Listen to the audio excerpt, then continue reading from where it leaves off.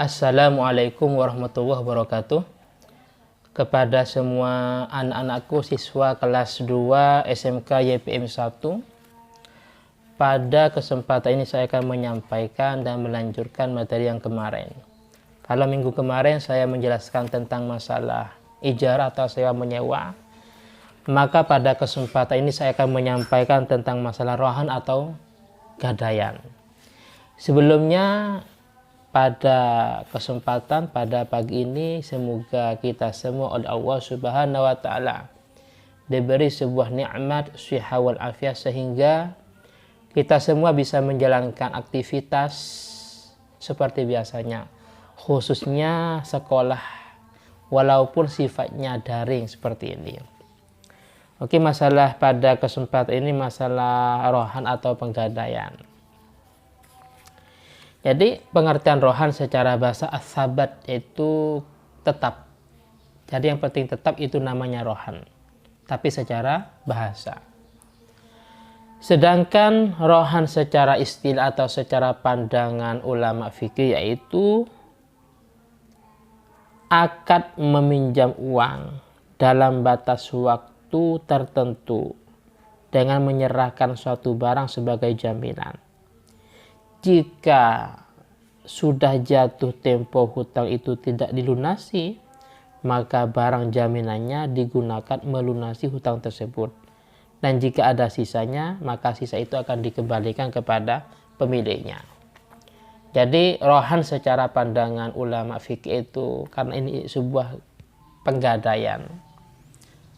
Jadi si A hutang pada si B umpamanya, sekilas contohnya, A hutang pada si B. Hutangnya 10 juta.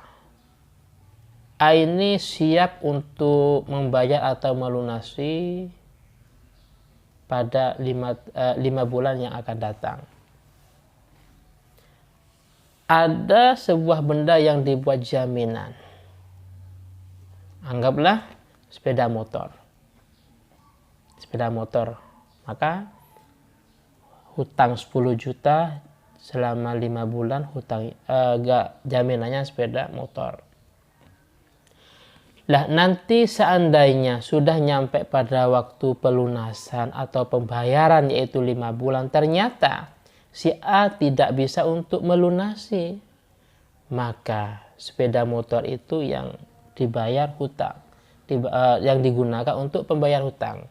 Ya mungkin dijual, nanti sisanya dikembalikan kepada pemiliknya. Itu namanya rohan atau akad gadaian secara pandangan atau istilah ulama fikih.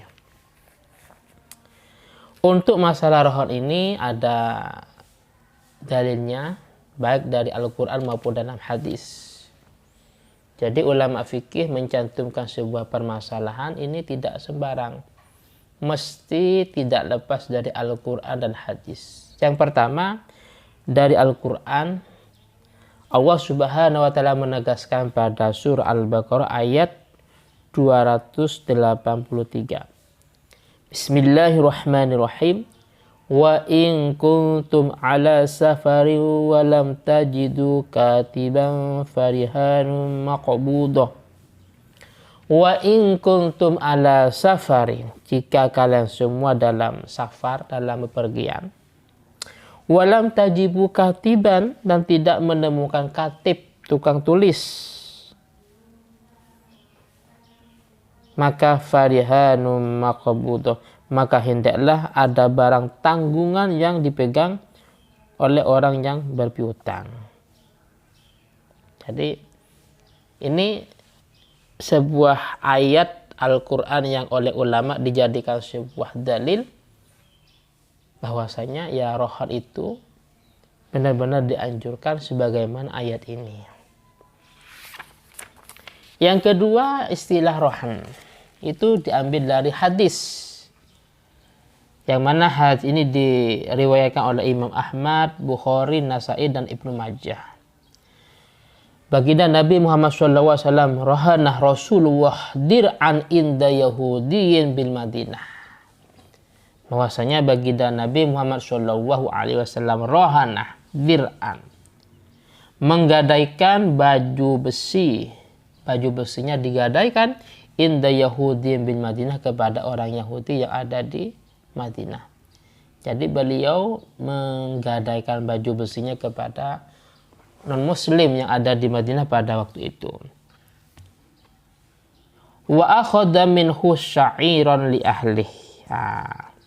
Lah, kenapa kok menggadaikan? Dikarenakan beliau berhutang kepada orang Yahudi tadi, berhutang gandum untuk keperluan keluarganya. Jadi beliau berhutang kepada orang Yahudi yang ada di Madinah, jaminannya atau yang digadaikan adalah baju besinya. Jadi secara zahir hadis ini menunjukkan bahwasanya sekilas kita muamalah melaksanakan transaksi termasuk rohan atau penggadaian atau transaksi lainnya dengan orang yang beda agama, itu hukumnya boleh-boleh saja. Sebagaimana Nabi melaksanakan utang piutang dan menggadaikan baju besinya kepada orang Yahudi. Tapi kalau sudah melampaui batas, yaitu masalah keyakinan umpamanya, itu tidak diperkenankan. Kalau hari Minggu umat muslim masuk gereja umpamanya. Tapi sebaliknya, kalau hari Jumat non muslim masuk masjid sholat Jumat, itu nggak boleh. Tapi kalau sekilas muamalah al-zahirah seperti jual beli atau seperti penggadaian dalam masalah ini, sewa menyewa, hutang piutang, itu tidak menjadi masalah. Selanjutnya masalah ketentuan rohan.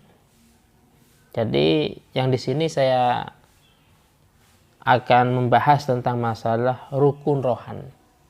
Adapun syaratnya mungkin di pertemuan berikutnya. Jadi masalah rukun rohan, rukunnya ada rohin, ada murtahin, ada marhun, ada marhun beh, ada sigot. Yang pertama rohin. Rohin itu orang yang menggadaikan. Bisa diartikan orang yang hutang. Karena dia hutang dengan waktu yang ditentukan, tidak lepas dari ada jaminan. Jadi dia menggadaikan, dia hutang, dia namanya orang yang hutang, atau bisa diistilahkan orang yang menggadaikan. Rohin namanya.